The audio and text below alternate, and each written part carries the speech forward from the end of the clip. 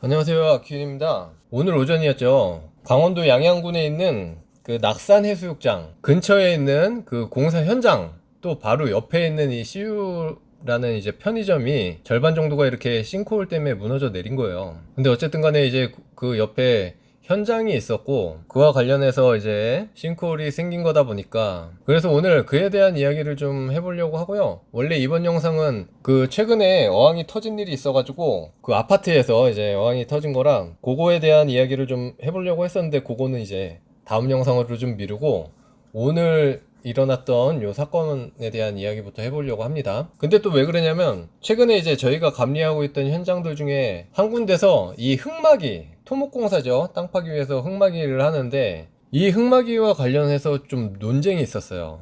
그래가지고 그에 대한 이야기를 같이 하면서, 이것도 좀 관련된 이야기거든요. 공사 현장에서 이제 흙막이가 엄청 중요한데, 어쨌든 그러다 보니까 이런 일들도 일어난 거고, 그래서 같이 이야기를 한번 해보려고 합니다. 일단은 너무나 다행인 거는 인명피해가 없다 그래가지고 너무나 다행이고, 중요한 건 이제 앞으로의 수습이겠죠. 그걸 잘 해야 될 거고, 먼저 이제 로드뷰를 보시면 지금 이게 그 편의점이고요, 해당 편의점이고, 저 반대쪽, 지금 저 뒤쪽으로가 이제 쭉 해수욕장이에요. 낙산 해수욕장.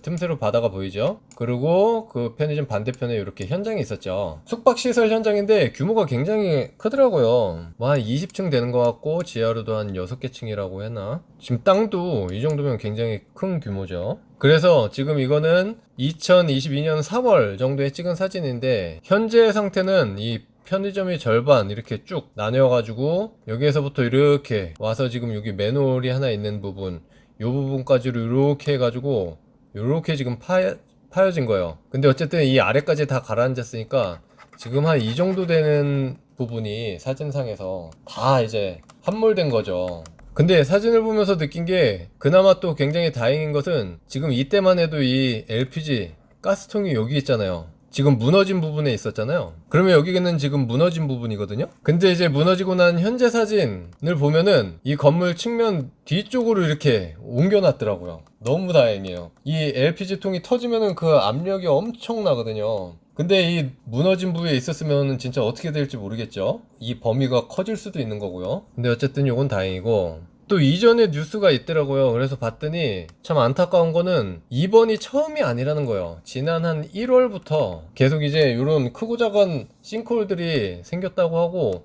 지난 3월 뉴스에 보니까 여기가 이만큼 이렇게 좀 뚫려 있더라고요. 요 건물 사이가. 그게 지금 이 사진이에요. 딱 이게 요쪽 편의점, 그리고 요쪽 현장, 그 사이 공간이거든요. 근데 이제 안타까운 건 그거죠. 이제 이런 여러 번 예고가 있었는데도 불구하고 또 이렇게 큰 일이 결국엔 터졌다. 이게 기사에서 6차례나 발생했다고 하는데, 그러면은 정말 좀 어떻게 조치가 좀 제대로 됐어야 될 텐데, 아, 참 이게 진짜 남일이 아니어서 그런 겁니다. 남일이 아니어서. 일단 인터뷰 보면은 그냥 이렇게 파일 때마다 그냥 흙만 다시 채우는 식으로 그냥 조치를 했다, 뭐 이런 식으로 얘기를 하더라고요. 근데 뭐 나름은 조치를 잘 취했겠죠. 뭐 거기 허가권자도 뭐 3개월인가 정지를 시키고 대책을 잘 강구해서 조치를 취해라, 뭐 이렇게 했다니까 나름대로 좀 노력을 했을 것 같긴 한데, 그래도 더 좀 노력을 했어야 되지 않나. 왜냐하면 여기 바로 옆이 이제 바다잖아요. 바다. 그럼 바다는 이제 지반이 약합니다. 그 근처는 이제 사질토일 확률이 크고요. 지금 요 사진만 봐도 이제 보통 공사 현장에서 땅을 파면 약간 진흙 같은 흙이 좀 나오거든요. 입자가 좀 고운. 근데 보시면 여기 알갱이들이 좀 느껴지지 않습니까? 흙들이. 그러니까 좀 더 신경을 썼어야 된다는 얘기죠.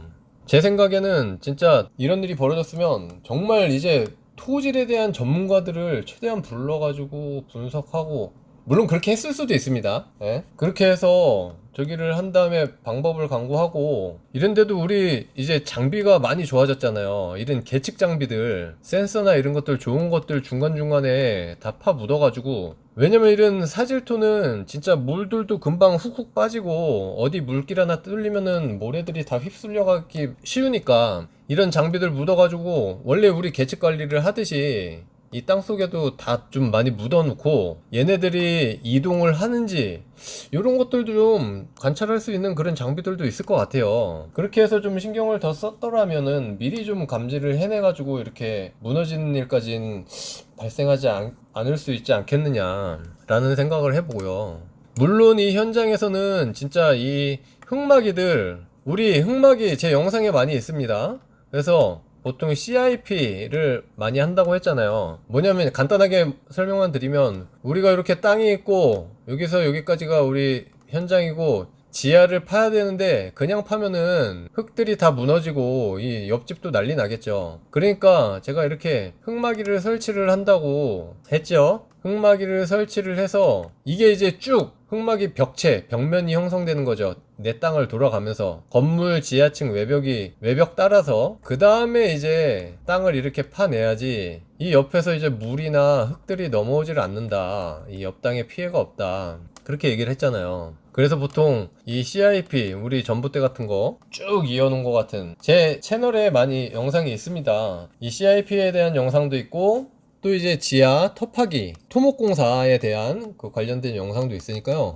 보시면 도움이 많이 될 거예요. 근데 어쨌든 간에 이 현장도 그 도면에 맞춰서 이 토목 기술사가 설계한 대로 잘 했겠지만 어쨌든 했는데도 불구하고 요런 증상들이 그 전에 생겼다.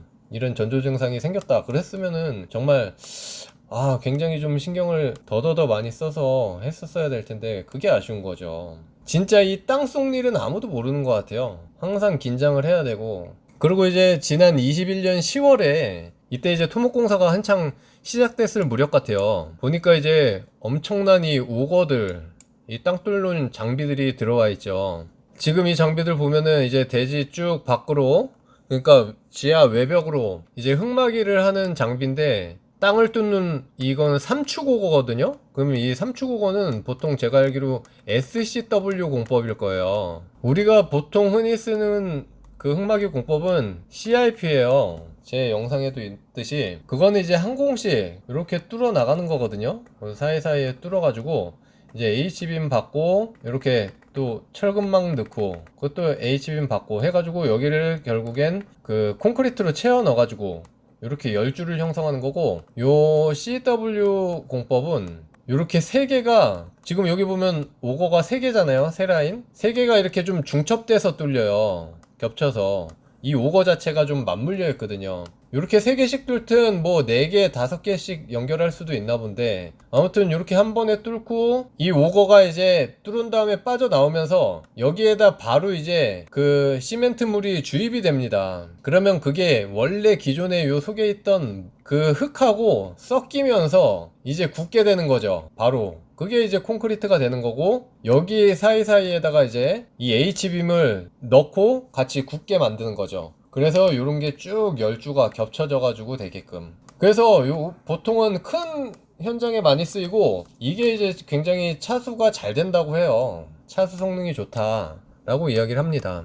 그리고 뒤에는 이제 축이 하나인 오거가 또 있는데 요거는 제가 정확하게 모르겠어요. CIP를 뭐 병행해서 하는 건지 아니면 여기가 지반이 약하잖아요. 지반이 약할 때는 땅이 있고 요 강한 지반, 그러니까 안반이 나오는 때까지 여기에다가 이제 마찬가지로 그 기성 제품인데 PHC 파일이라고 콘크리트 기둥, 미리 만들어진 기둥을 쭉 박아요. 건물 하부에다. 그리고 이 위에다 건물을 앉히는 거죠. 그래서 이제 그거를 뚫는 건지 아니면 CIP 흙막이를 추가로 하고 있는 건지까지는 제가 모르겠어요. 근데 어쨌든 저는 PHC하고 SCW 공법은 겪어보질 않아가지고 뭐 대충 이제 이론으로만 알고 있는 거죠. 어쨌든 흙막이는 정말 잘 했을 거라 이 얘기예요. 결론은 이른 지역에다가 이걸 대충 할 수는 없겠죠. 설계 자체가 굉장히 잘 돼 있을 거라는 거죠. 어쨌든 원인은 지금 현장에서 다 조사를 하고 있을 테니까 금방 밝혀질 것이고, 뭐 중요한 거는 정말 다행히 인명피해는 없으니까 이 현장에서 잘 이제 조치를 취하고 다시 다 보강을 정밀하게 잘 해가지고 이제 주변에 피해 없이 이 건물도 잘 올리면 되겠죠. 그리고 사실 이 얘기를 좀 하려고 오늘 영상을 만드는 건데, 제가 처음에 저희가 맡고 있는 감리 현장들 중에 최근에 이제 흙막이에 대한 논쟁이 있었다 그랬잖아요. 요 흙막이 토목공사를 할 때 가장 이제 선행이 되는 요 흑막입니다. 물론 서로 사람마다 각자의 입장이 다르겠지만 저희는 감리자이기 때문에 이제 최대한 공사를 설계대로, 이제 토목공사니까 우리 토목기술사가 설계한 대로 도면대로 했으면 좋겠는데, 이제 이 현장에서 뭐 현장 소장님이라든지 아니면 이제 이 토목공사를 맡고 있는 전문 건설업체 대표나 뭐 아무튼 이 사장님이라고 할게요. 이분들은 이제 현장에 대한 경험이 엄청 많잖아요. 그러다 보니까 그 자신의 그 경험을 굉장히 믿고 이 도면대로 하지 않으려는 좀 그런, 어떻게 보면 좀 고집대로 하시려는 그런 마인드가 있으신 분들이 가끔씩 계셔요. 그래가지고 이제 저희하고 엄청 그럴 때마다 부딪히는 겁니다.